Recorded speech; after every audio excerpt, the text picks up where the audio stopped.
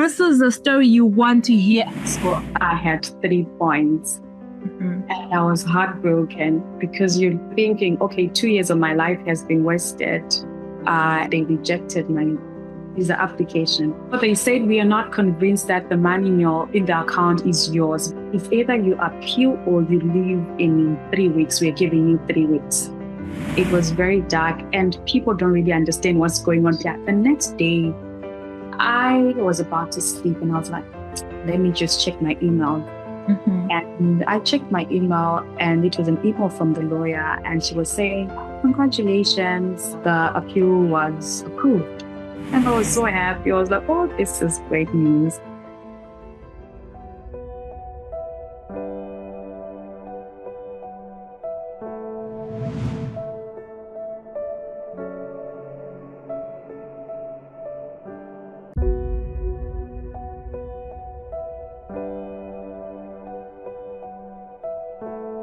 Hello, everybody. Welcome back to another episode of Conversations with the Dreamers. I'm your host, Petronella Mnenja, and as always, I am so excited to bring the stories of these phenomenal men and women to your timelines. It's such an honor to do the work that I do. You get to hear so many amazing stories. And as I always tell people, I believe in the power of stories. When you see people and they have made it and they have traveled the world and they're studying for their PhDs, it's always difficult to see yourself in them because they look like they have made it. But when you hear their story and you understand where their journey started, then you can see yourself in them and you can have some inspiration. And that is the reason why Conversations with the Dreamers exist, to platform the stories and understand the journey, because remember, the journey is the story. And today our guest is a phenomenal young woman. She lives in a country I struggle pronouncing. She is based in Lithuania. I hope I got that correctly. And this is the story you want to hear about. A few years ago, she failed her A-levels, faced a lot of discouragement. People made her doubt herself, and somehow she pulled through. She believed in herself, got a bachelor's degree, got a master's degree, and now she is studying a PhD, and she is a seasoned mental health researcher who is passionate about mental health. I can't even say more than that without butchering your profile. I can't wait for you to see her and hear her story from her mouth. Hi, Miss Fadzai, how are you? Hi, Petronella. Thank you so much for having me here. I'm okay. How are you? I am good. Welcome to Conversations with the Dreamers. Are you excited to be here? That's a very unfair question. I'm so excited. I've been hearing stories and I've been watching a lot of people, inspiration. So it's really amazing to be here. Such an honor. Thank you so much. It's such an honor to have you here, Fadzai. I tried introducing you, and as you saw, I butchered parts of that introduction because you do so much and your story is just so phenomenal. I got overwhelmed. So before we start our conversation, let me give you an opportunity to introduce yourself to us. Who is Miss Fadzai? Okay, thank you so much, Petronella, for the question. It's one of those hard questions because you really don't know where to start. But my name is Fadzai Munyuki. I am 29 years old. I am Zimbabwean. And yeah, I'm a child of God. I'm a Christian. And I am a PhD student in Lithuania. I'm focusing on youth mental health challenges. I'm really passionate about mental health, especially for the youth, because I feel like there's so much potential for the youth. So if we find ways to curb mental health challenges, I feel like we can have a youth that is flourishing. We can have a youth that is succeeding and becoming the best version of themselves. So I'm focusing on anxiety, depression, suicidality, help-seeking stigma, and positive and negative affect. And I'm currently based in Lithuania, and I'm in my second year. And that's a summary of me. And I'm also a mental health advocate. So take us back to where Fadzai's story begins, before Fadzai goes to Lithuania. Where was Fadzai born? Who is she? Where did she grow up? Okay, so I was born in Chiredzi in Zimbabwe, in the Low Veld. And my mom is a teacher, and my mom was a teacher at that time. So growing up, with a mom who's a teacher, you can imagine there are a lot of expectations because they're like, okay, your mom is a teacher, so there's a lot expected of you. You're supposed to be very good at school. So I was okay at school. I would do well in school. And after my grade 7, I went to a boarding school. And when I went to a boarding school, it was in Mashingo. And yeah, my Form 1 was fine. I was doing so well in school. Form 2 was okay. I was doing well. And Form 3 came, and at that time, things were not going very well at home. So financially, we were now, I mean, my parents were trying, but you could see that things are not really okay. So they were not telling us that things are not okay, but you can see and you can feel it. And I was really depressed, to be honest, because now things have changed. The things that you used to go with at school, you don't longer no longer go with those things anymore. So things changed, and I got into depression at the same time when I was formed. But you're young, you don't even know what it is. And you don't even understand what's going on, but you knew that something is wrong at home. So we tried, and sometimes I'll go to school maybe after 3 weeks because of school fees issues, or maybe after a whole month. Or sometimes I knew that during exams, they would like send people to school that haven't finished paying their fees.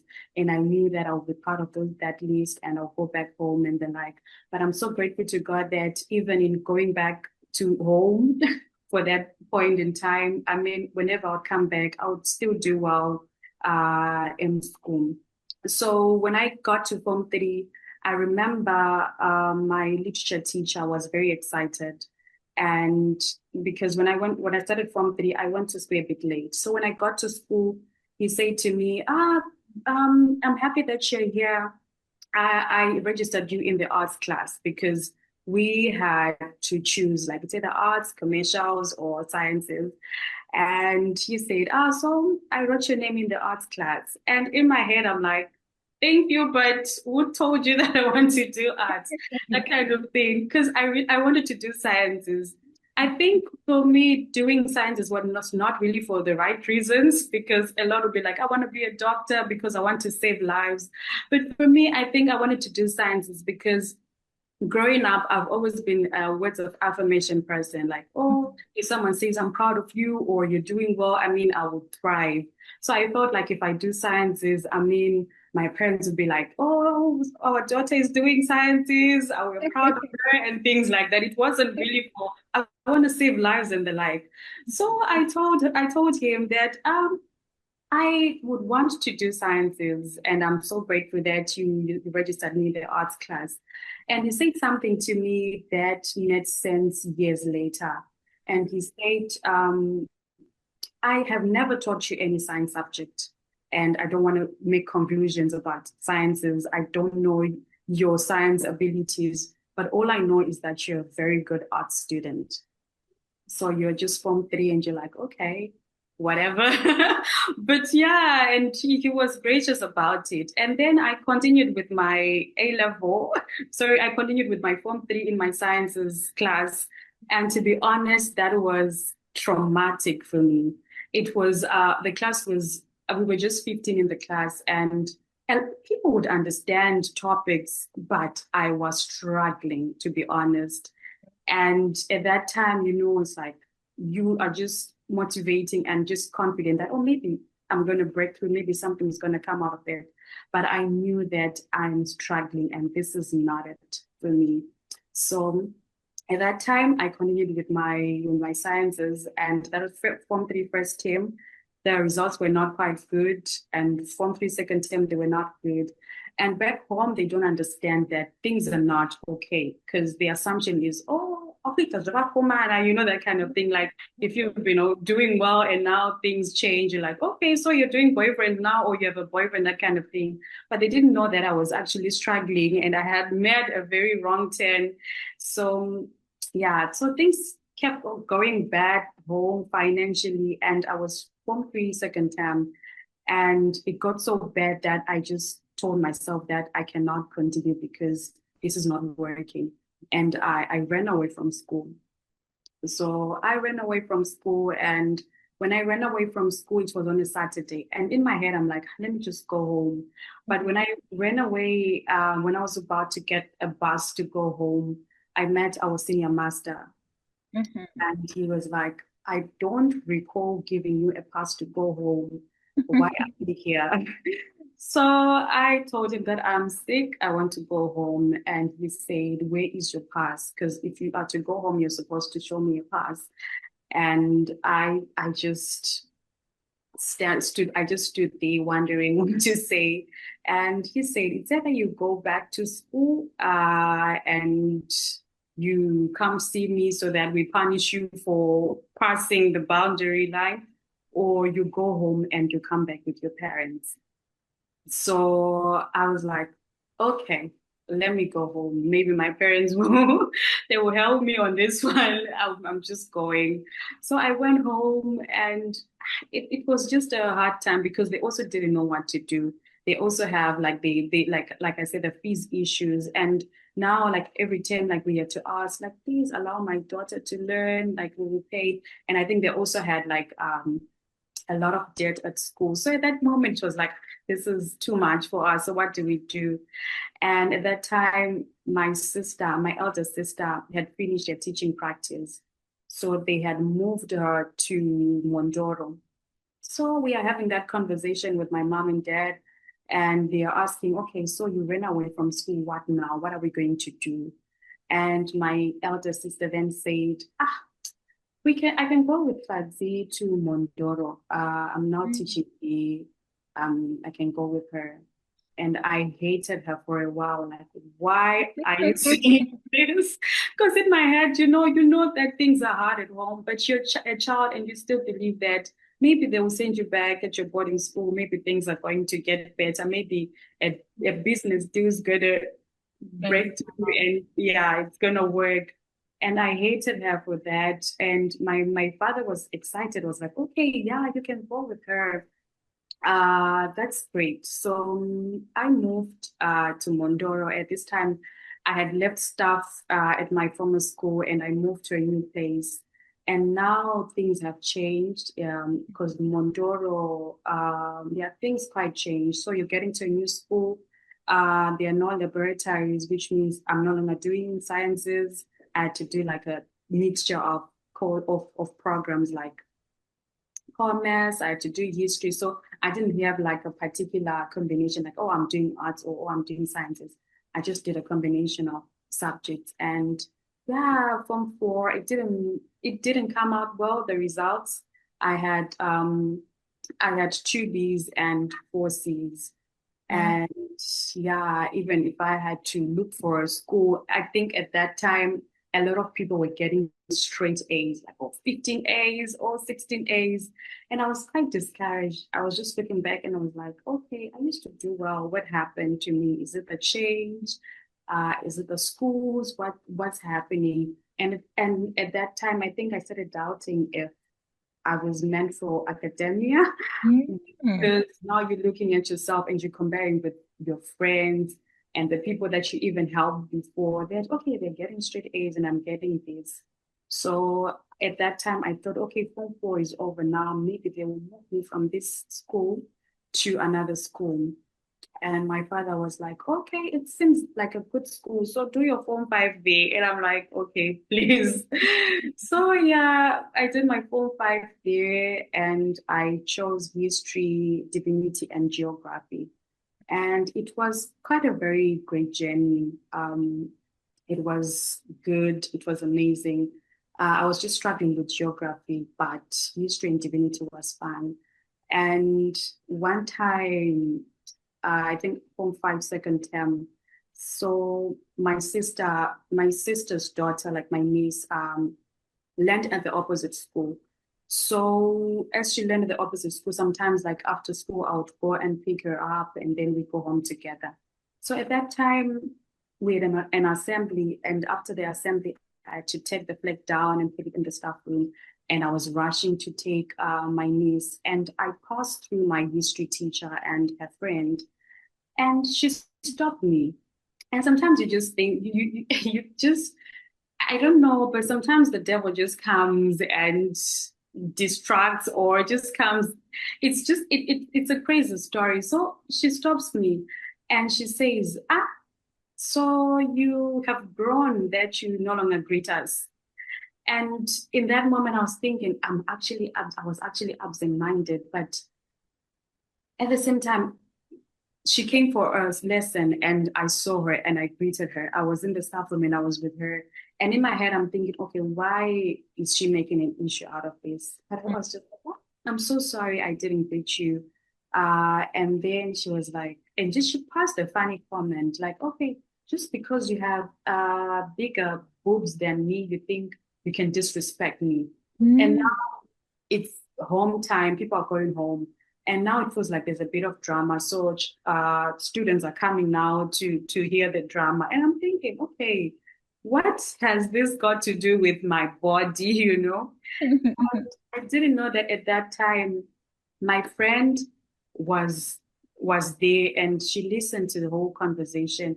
Then she ran home. She told my sister that Madam Ningi Ningi is humiliated Fadzai and is humiliating Fadzai. And my sister's like, okay, no one messes around with my little sister. I'm going for this. So I'm going to take my niece to the school from the school. And as I'm going, my sister is going to meet the history teacher to confront her. So now it's like after the confrontation, I think for her, she said, okay, so we want to see who's going to win this. So Mm. now she took the whole thing to the classroom. She no longer marked my assignments. She no longer gave me assignments.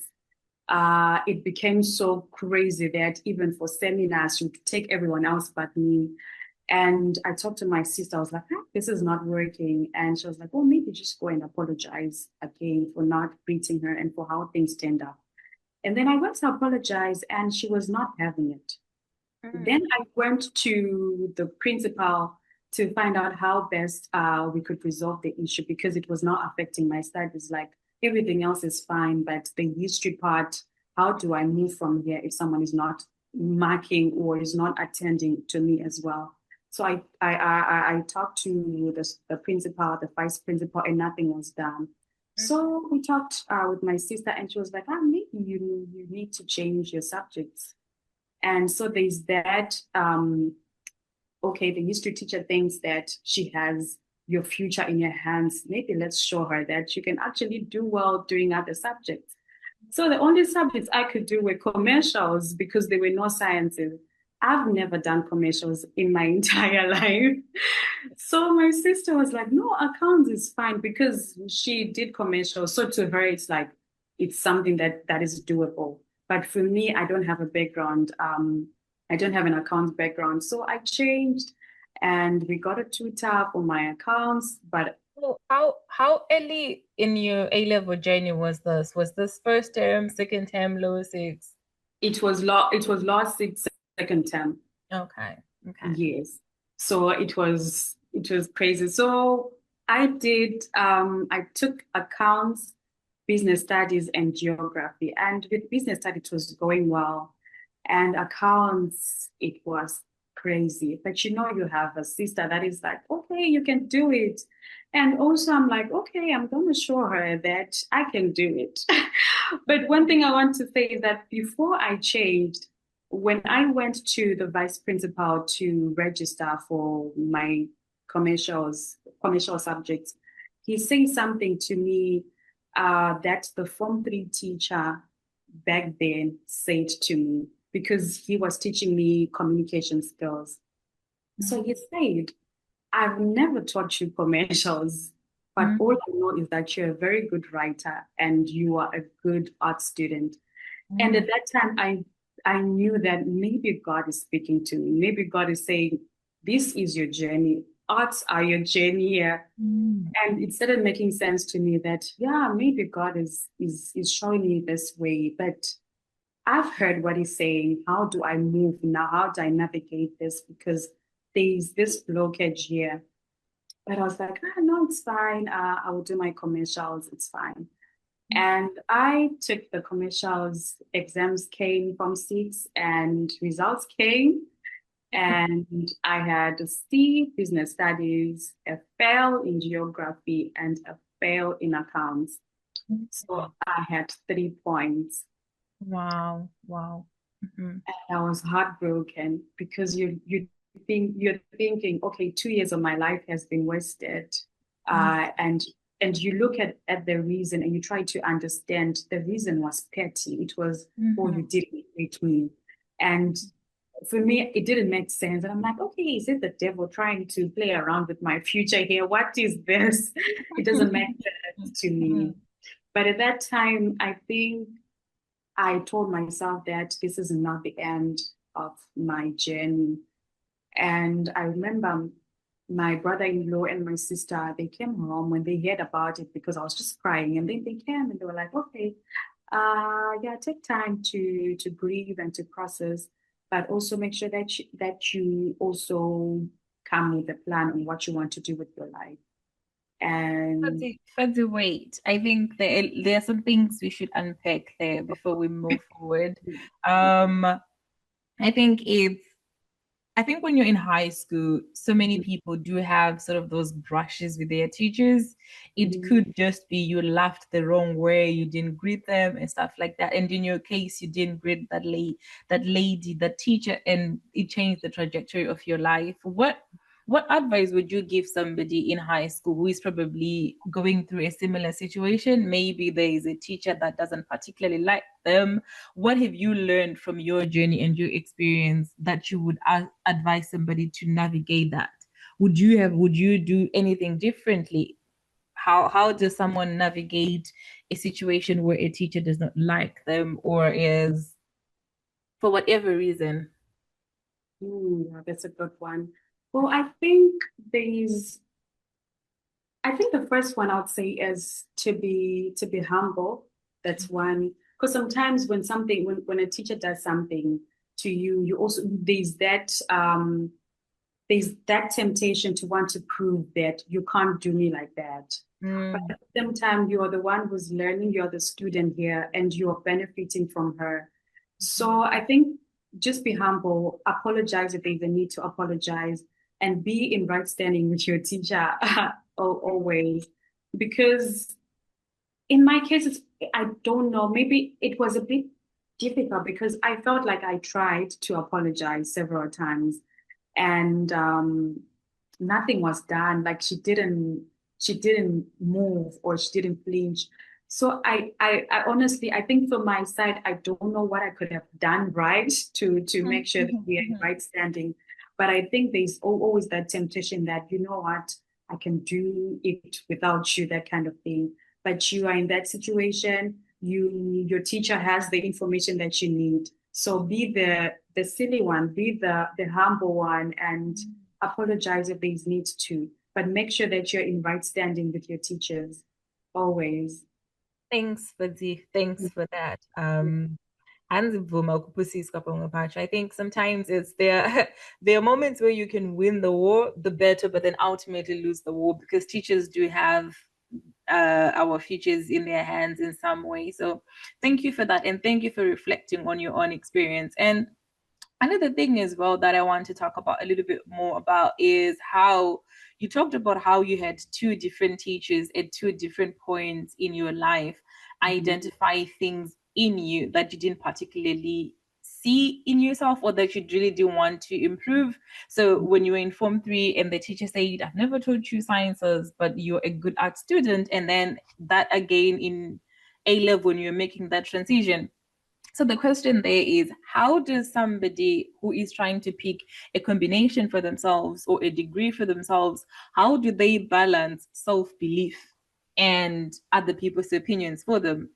I'm one person who is fascinated by purpose, and I truly believe that one of the ways you identify the purpose for your life is to pay attention to the things that people compliment about you the most. So there are Mhm. people that can speak with ease, and people see that, oh, Fadzi, you are good at helping people, talking to people. You somehow it makes you realize who you are. So it's you are a student, and Mhm. teachers realize that you are quite good at this. So Mhm. people are telling you are good at this, but then you feel like I want to do this. So Mhm. how do young people navigate that balance of this is what I want to do, but this is what people told me I should be doing. Where do we find this? Might be a very unfair question. Yeah. But then I'm thinking, since I have you here and you have learned so much, and obviously you're now doing your PhD and you've transcended all of it. So I'm just looking at you to just leaning on that journey and that experience. How do young people balance that? How do they, because sometimes you are a mental health person, so there's that thing where someone might believe that I want to do this, I want to do this, I want to do this. And then wholeheartedly they do it. And then it doesn't work out. And then people start saying, they were right. Do you get it? So it's the thing of, you don't want to ignore people in case it doesn't work out, but at the same time, you don't want to betray yourself because you feel like you should do this. So it's a very unfair question, but I want to hear what you think about that. How do you find balance? Oh, that's a great one. How do you find balance? Well, I think taking time to pause and maybe write things down, I think can help, because in that moment you're hearing things, and there's also you with a lot of things in your head. There's a lot of plans. So I think just pausing, just taking a pause and writing things down. Okay, Petronella has said this. Okay, this person has said that. And okay, this is how I feel about this. Okay, how do we move from here? And I think maybe now that I've grown a bit, I've heard a lot of people talk about mentors, like having a mentor. I don't know if it's applicable when you're like in high school, but having someone that you look to and you talk to, sometimes having someone that to guide you can actually help, because when you are by yourself, you are basing so much on emotions or on feelings. Like, okay, I'm going to do this and have money, buy a house. But in terms of purpose, so someone can pick and say, no, but that's not you. No, but you might struggle. No, I don't see you like that. So maybe having someone that you trust, it might not be like a mentor, but just having someone, it could be a sister, it could be a teacher that you trust. I think just having that person that you trust that can speak to you about it. And I think maybe from a Christian perspective, praying about it as well. Because I look back and say, maybe God, you were speaking to me and I was not listening. So it's never early or too late to pray at that age, just asking God that this is what I want to do, but what is it that you have for me? What is it that you want me to do? Because someone said that no matter how far you go on a wrong journey, you will always come back. Just like Jonah, that he went on a wrong journey, and no matter how far you go, you always come back. So just asking God about it, that, I want to be a doctor, but is that your perfect will for me? And do you think I'm going to be the best version of me doing this? And yeah, because it can be a lot of clutter. And I think even for me now, sometimes I doubt the journey, like, okay, do I really want to do this? Is it going to pay me? And you're looking at it on the internet and you're looking at, oh, an engineer pays more, this pays more. You're like, okay, so should I change now? So it's like, okay, sometimes just pause, think through, find a mentor, and above all, pray about it. I think God has all the answers that we might need. Fadzai, that was brilliantly said. I put you on the spot and you gave us an answer. We all had it from Fadzai. Thank you so much for that, because I think it's one of the biggest battle you can ever fight in this world. What people think is the right thing for you and what you want to do with your life. At every major crossroad of my life, I have heard to do with that.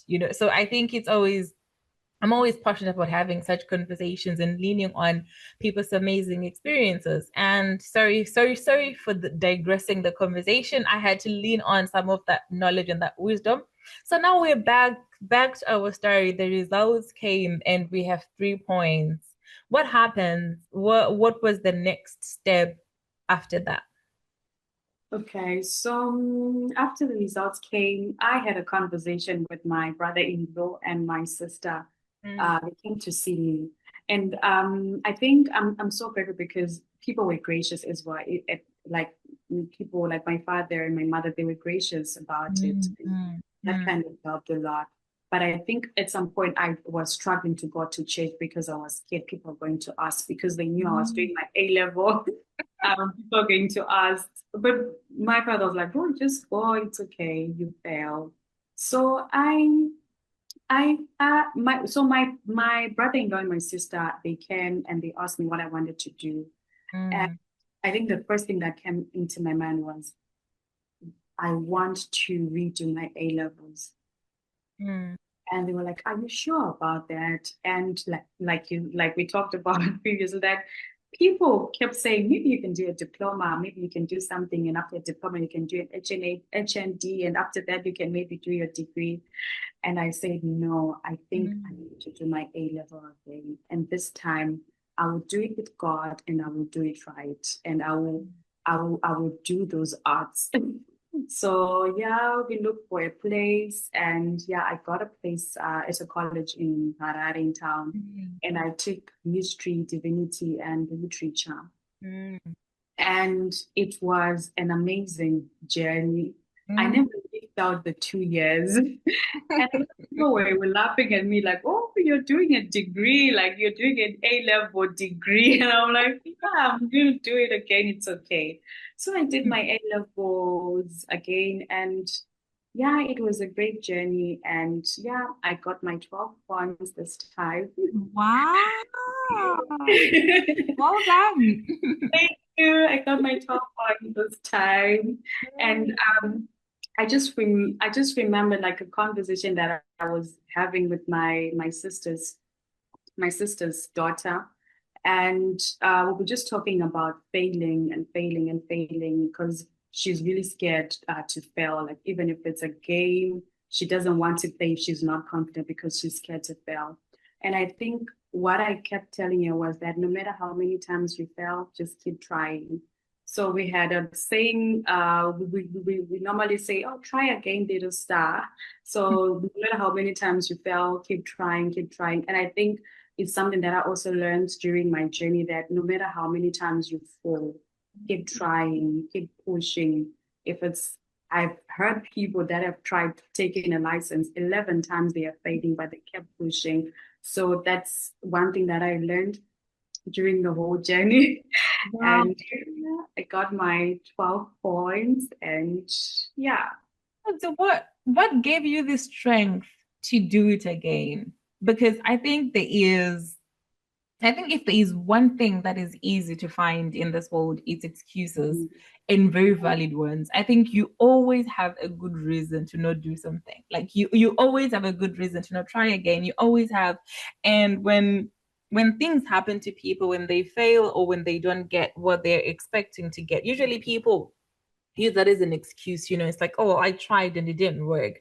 What made you have that relationship with failure where you looked it in the eyes and was like, you know what, it's a moment. I am more than this. I can do so much more. What gave you that strength? I think I think it was strength from God, to be honest.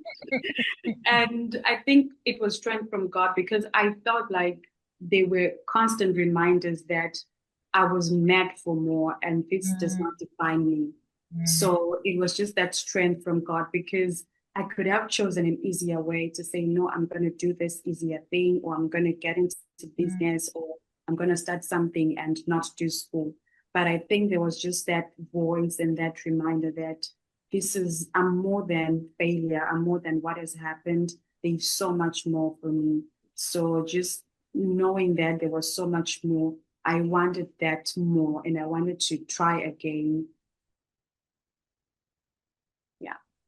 Fadzai, and we are all glad, the world is glad for it that you tried again, not only because of the amazing journey you've been able to build for yourself, but Mhm. because your story in itself is an inspiration. I think I'm a firm believer in always trying again. I am a firm believer in going after what you want no matter what. So thank you for being a living, breathing example of that. So then what happened after A level?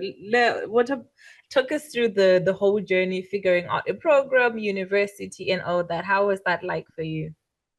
Okay, so after I passed, I think in my mind I wanted to move. I wanted to do my bachelor's outside of Zim.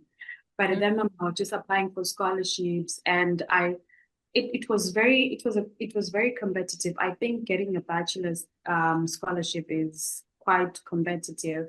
And at that time, I was like, okay, no matter how long it takes, I'm going to try. But my pastor then said to me, "Oh, congrats! You passed your A levels. Please come to my office and get application fee. Maybe you can try University of Zimbabwe." And I was like, okay, that's fine, let me try. So I applied at the University of Zimbabwe. And initially, I wanted social work. I wanted social work. I think it was also for a funny reason as well. So I wanted social work. And one of my relatives had told me that, if you want to make it in Europe or if you want to get a job, you need to do social work because social work pays. So I was like, okay, I'm going to do my social work. So I chose social work, and unfortunately, I didn't get social work. At that time, they wanted 13 to 15 for social work, 13 to 15 points, and I got psychology. And I was like, oh, it's still okay. Let me do psychology. So I did my psychology degree at the University of Zimbabwe. And yeah, it was quite a journey. And I think a journey of discovering and rediscovering myself and also what I'm passionate about. So I got involved in a lot of projects at University of Zimbabwe, like mental health programs and mental health projects. And I realized that this is actually something that can work for me. And it's something that I'm actually really enjoying. So yeah, I did my bachelor's at the University of Zimbabwe. And after that, so for my bachelor's, I got a second lower class, a 2-2. And now for you to get a job, it's like, okay, 2-1 and above, 2-1 and above. And I got so discouraged because everyone in the class was getting a job, was getting a graduate training job. And here there's me with a 2-2, but I was working at that time.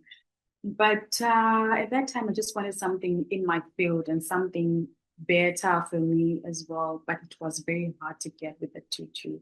So a friend of my sister moved to Sweden when I was in my A levels. When she was moving, she came home, and my sister then said to me, Fadzai, Pravi is going to Sweden. And I was A level at that time, and I didn't know there was a country called Sweden. And I just said, I also want to come to Sweden. You know, I was just A levels, and then I just say that I also want to come to Sweden. And she said, okay, you will come when you finish your A levels and when you finish your undergrad, just let me know, and then we can apply for a scholarship for you because she got a scholarship, so she was leaving. So I was like, oh, no, no, that's fine. So after my undergrad, I then reached out to her. I said, okay, I remember Pravina. We had this conversation. So I reached out to her and she helped me to apply for a scholarship. And unfortunately, I did not get a fully funded scholarship, the one that I'm applying for. But when I applied for schools, because you apply for schools first, right? And then you apply for scholarship. So when I applied for school, the school that I had applied to was offering scholarships, like tuition funded scholarships. And I had, which meant that if I got that one, I had to take care of my living expenses. So I got an email and I had got this one, the one that covers my tuition. And we had a conversation with my family, and I was also having a conversation with people now that I had been referred to in Sweden. And they were telling me that it's really hard to come to Sweden on a partial scholarship because life is hard. And for example, you need like 500 to maybe 800 euro to make it or to live. It's very hard. And I was discouraged a lot. And I remember even a lot of people around, they were like, okay, maybe try next time, you apply next time and you get it. But at that time, I wanted to leave. I was like, no, I'm leaving and I'm going. So I had a few savings. I'm like, maybe this can take me. But well, I think for my savings, I just had $450. And people were laughing at me like, okay, where do you want to go with $450? when you are told that an apartment is 500 and above. Mm. Maybe let me. So we were stuck in that moment, like we were just stuck, and then I think I remember that I was praying for this. Maybe God has a plan for us. Mm-hmm. And I remember a couple coming home, like our family friends. They came home, and Mm-hmm. they came home and they were like, "Oh, my wife told me that you got a scholarship and you might be leaving." And they were like, "Oh, we just want to bless you with this amount of money." Mm. And they actually brought like those farewell kind of things. And I'm like, Mm. "Okay, God, is this a confirmation that I have to leave?" So they brought some farewell gifts and everything. And I was like, "Okay, maybe let I should leave. I'm leaving now." Mm. And yeah, I decided to leave. And one of my friends in Sweden now, at that time, we just started talking. I was asking for apartments, and she said, "Oh, you can come and stay with me for 2 weeks, Mm. and we'll figure yourself out." And I'm like, "Okay, that's fine." So I stayed with her for 2 weeks, and I managed to get an apartment.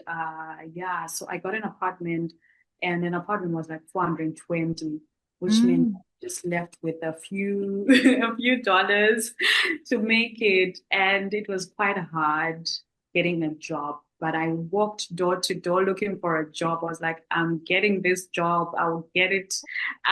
People were discouraging me back home. I can't go back now. So I walked door to door. I walked a company to company, and I got a job as a housekeeper at this hotel.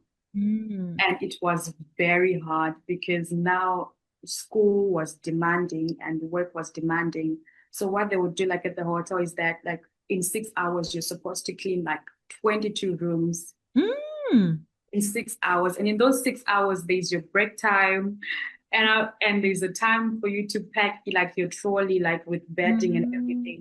It was hectic, and now you have deadlines, you have a lot of things going on, and it was crazy. But I was like, you know what? I'm gonna do this, and it will work. So I was working and doing school at the same time. And I'm grateful that also the people that I would be paired with for group work, they understood, and my lecturers as well, they understood. So yeah, I did the cleaning job, and then COVID hit again because I went to Sweden in 2021, and COVID was getting better, but there's a time that it hit again. And then I got another job. It was a cleaning job, and this time you're cleaning homes. So a day you're cleaning like two big homes, two big houses. And I was like, okay, let's do it. Let's survive. Mhm. So I did my first year, and yeah, things were going on well. And then along the way, when I went to Sweden, I got a visa for a year. So I was supposed to renew it when that one expired. So I applied for a renewal of my visa, and I was very confident, everything is intact, my bank statements. And yeah, unfortunately, they rejected my visa application. Why? What was the reason for the rejection? So they said we are not convinced that the money in the account is yours, because my friend sent me money close to my application. So that was the issue that happened.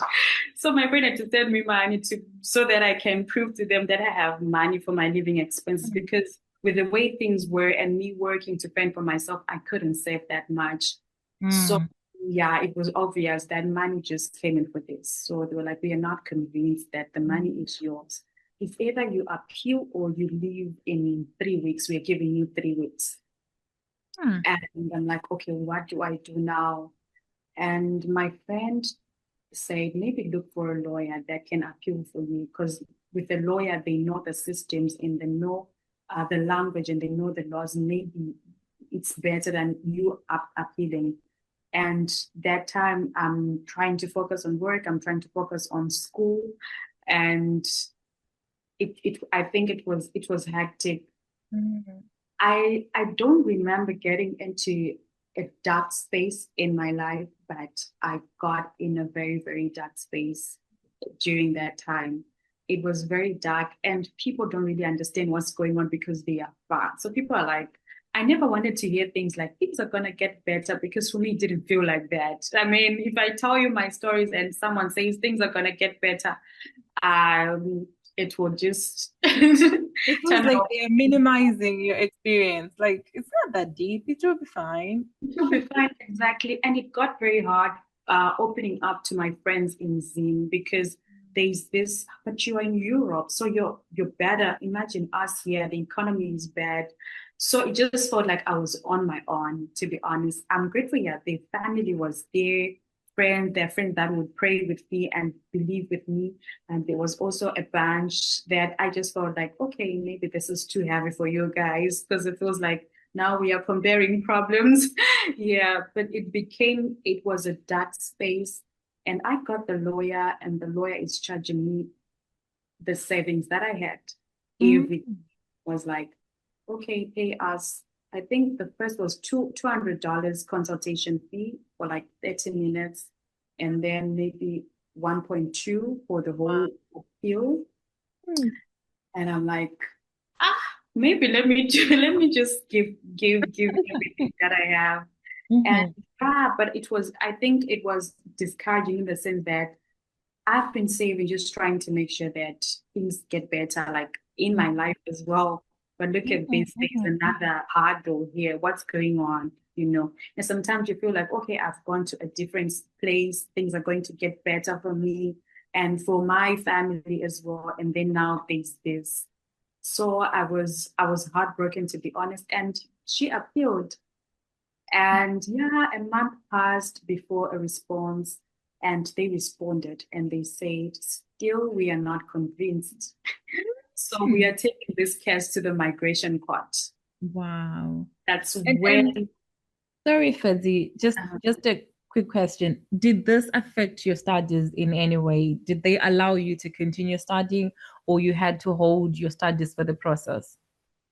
they allowed me to continue with my studies because they say that like if you have a pending case, you can still stay and you can still continue with your studies. So Mm. I'm grateful for that. And I also reached out to my school to tell them that I wanted them to help me, but they couldn't. I think there's nothing that they could do, but at least they knew what was going on. Mhm. Mhm. Yeah.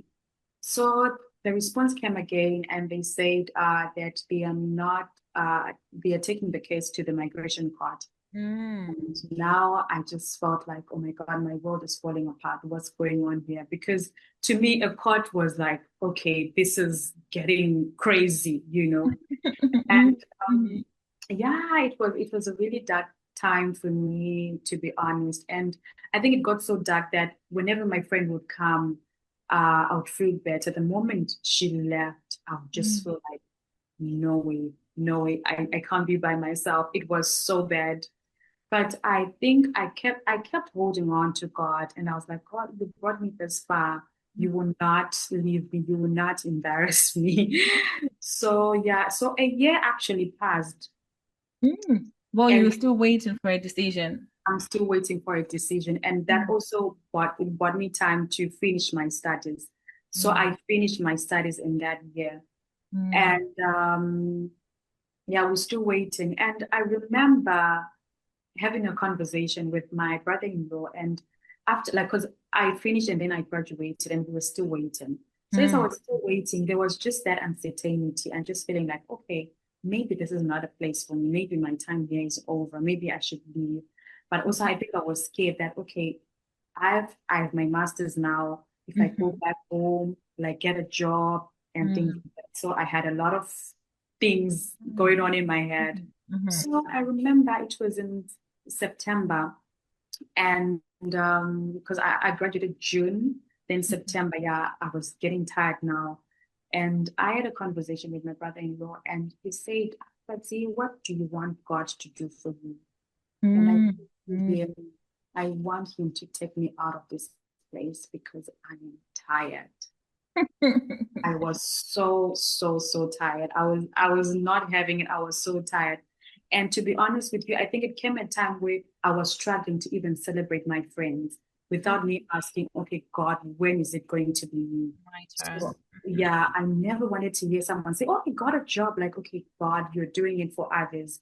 When is it going to be? And I stopped going uh, to meet friends, or maybe there's something going on. I stop because I'm like, okay, they have jobs. What if they start talking about their jobs? What if they start talking about their visas? And this is me. And I think that's what the devil does so many times. He puts us in isolation so that he deals with our thoughts and deals with us because you have no one to tend to. You're just on your own. And yeah, I was in that place of isolation. I was isolating myself. And I told him that I want God to take me out of this place. And he said, oh, you'll pray and I will pray for his will to be done. Mm, mm, So that was September. And yeah, the next day I was about to sleep and I was like, let me just check my email. mhm, And I checked my email and it was an email from the lawyer and she was saying, oh, congratulations. The appeal was approved. mm, The mm. appeal was approved. And I'm like, oh my God, this is good news. Was approved. And I was like, okay, this is good. And I was so happy. I was like, oh, this is great news. So yeah, so they gave me a year on the visa to look for a job. Mm, And now that's another struggle, looking for a job and getting a job. And it's one thing looking for a job, it's another thing looking for a job with a timeline. So it's like, I have to get a mhm, job in 12 mhm, months. I have to get a job. And mhm, I was counting down. I was counting down, counting down, counting down. And I was not getting it. I was getting an interview and then it just ends the. So, yeah, it was around August. It was around August last, no, it was around August 2024 and my permit was expiring in October. So I was preparing to leave, like to go to Zim, because I'm like, okay, things are not moving here. And there's no way a company is going to employ me in like 3 months because they take like weeks. So I don't know. But I just started preparing myself for for mhm. Zim. But my pastor then says, no, Fadzai, just give God a chance. But I'm like, you don't understand where I am. You're What just is he saying going to do in 3 months? exactly. Because yeah, sometimes you're like, okay, you guys, you're not validating my feelings, yeah. And sometimes you feel like it's easy for someone to encourage because they are not in that space. Mhm, mhm, mhm, mhm, So I'm like, okay, maybe I will try. And now you're also I'm working at this, I'm still working as a cleaner and mhm, it was tough. My back hurts. I'm like, there's a lot going on here. So August, I was like, let me just open my LinkedIn and apply one more time. If I don't get anything, I'm just leaving. So I got to LinkedIn and I was not following my now professor, but I don't know how the link came to my timeline. mhm, mhm, So I'm seeing a link. Oh, we're looking for someone to join the lab in Lithuania. That's when I'm now researching, okay, what's Lithuania? Where's Lithuania? I'm like, okay, Lithuania's in Europe. And like, mhm, okay, let me try, let me just give it a try. And then I emailed and they said, okay, apply it the proper way. And I applied and they were like, we will reach out to you when we make a decision. And mhm, in my head, I'm like, okay, it's just one of those. I'm so mhm, used to those. So anyway, it's okay. mhm, So then the next week, things happen so fast. The next week, they were like, we want to have an interview with you. Is that okay? And I was like, okay, yeah, that's fine. We had the first interview. They were very lovely. We had another interview. Then I was supposed to have an interview with the board. mhm, And when I had the interview with the board, they were nice, but there was an issue with language. Like, okay, fine. What are you going to do with the language issue? Because normally when we do our studies here, we collect data in Lithuanian, like in their language. Yeah. So how are we going to communicate with people? So that was the issue. And I'm like, okay, yeah, it's not going to work here. So they're like, okay, we're going to make a decision and we'll let you know. And yeah, they came back to me and they said, we think you've got a nice background and maybe we will let you apply or maybe let you um, let you collect data in Zimbabwe so that it's easier for you. And I'm like, okay, that's great. That's lovely. And yeah, I was like, okay, no, that's fine. Yeah. And then I got an offer later. Wow. And that was, I think I got an offer letter in September. So everything happened within a month. Wow. Yeah, Wow. Wow. Wow. Wow. in a month. Yeah, everything happened so fast. And after that, I moved to South Africa because in Zimbabwe they don't have like an embassy Mhm. or for Lithuania. So I moved to Zimbabwe. I moved to South Africa, sorry. And now there was also a struggle to get like VFS appointment. Mm. And I'm like, okay, these battles will never end. Like it was so hard. I think from September to we ended up getting end of October Wow. a VFS, and now here they're saying, okay, fine, you can do online, but I can see that there's a bit of pressure from this side that our students hardly do work online, so Mm. there was pressure every now and again. There's an email, where are you now with the application and everything? And I thought, excuse me, and I thought that maybe they are going to just say we can't do this anymore with you. But then one person from the university then helped me out, reached out to the embassy here, and they managed to create a date for me to get my fingerprints and everything. And it happened so fast. January, I think, came here. So yeah, that has been my journey, a journey of grace. And yeah, a journey of resilience. And this is where I am now. I'm in my second year now, and things are going on well for now. Yeah. Hmm. Wow. Wow. Wow. That's amazing. I think one thing that I'm loving about your story is this constant theme of resilience. You had so many moments, so many reasons, so many opportunities to give up, and you just chose not to.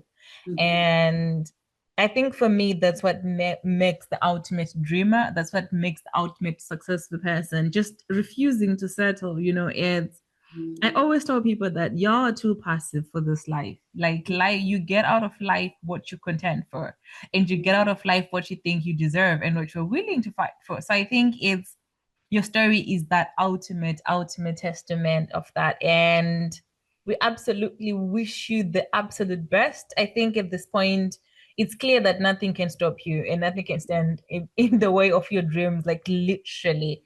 So as we are closing down, what's next for you? What does the future hold for Fadzai? Yeah. Wow, that's a good question. For now, I'm focusing on my research Mm-hmm. and mental health advocacy. Yeah, I think for now I want to venture into educating kids, like not like kids, on things like resilience, things like mental health issues, because so many times we start talking about mental health um to the adolescents and to the youth, but many things that we see a lot of adolescents struggling with, it starts when they are very young. So I'm looking into writing books for kids on mental health issues Wow. that are that are children friendly, Mhm. and just continuing my mental health advocacy work as well as that my data collection. Now, I think that's it for now. And Miss Fuzzy, we wish you the absolute best in your journey. And Thank this is the you. last segment. Mhm. This is the time where I make everybody a motivational speaker for a few minutes. I know you have literally done that. You know, your story was full of so many lessons, so many inspirational moments, so many lessons. But I think I just want to give you this chance to sort of reflect on the entirety of your journey and tell us what is the biggest lesson that you have learned? What do you want to leave with us today? And if you could see 10-year-old Fredzi, what would you say to 10-year-old Fredzi?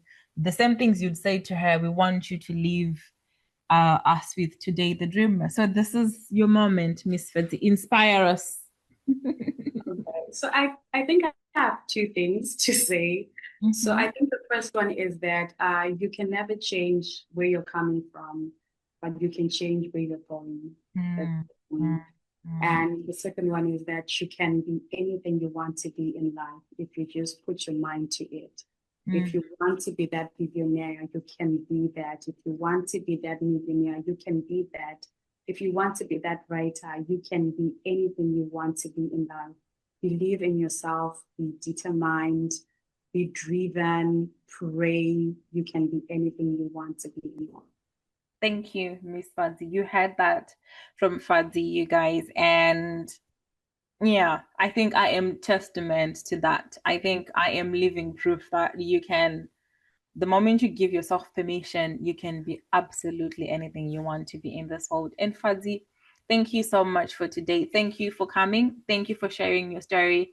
Thank you for, I think there is in my book, Dear African Child, 100 Love Letters from Me to You. There is a letter that I write in there about having a positive relationship with failure, because I think most people do not know how to relate with failure.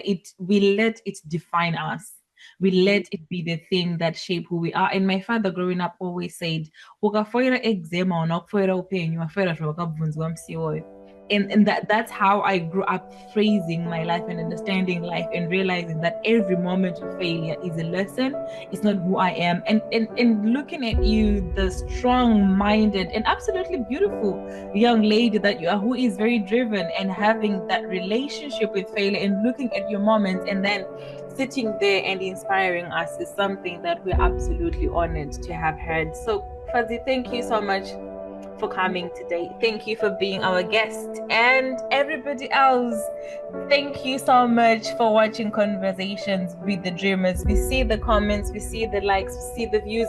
Please continue liking, continue sharing, and continue commenting on the videos. Your support means the world to us. And don't forget to subscribe so that you never miss an episode. There are more stories like Fadzai's. There are so many people out there who are doing phenomenal things, and I promise you, you do not want to miss out on their journeys. So subscribe, hit the notification button so that you are notified each time a new episode becomes available. Thank you so much, and see you next time.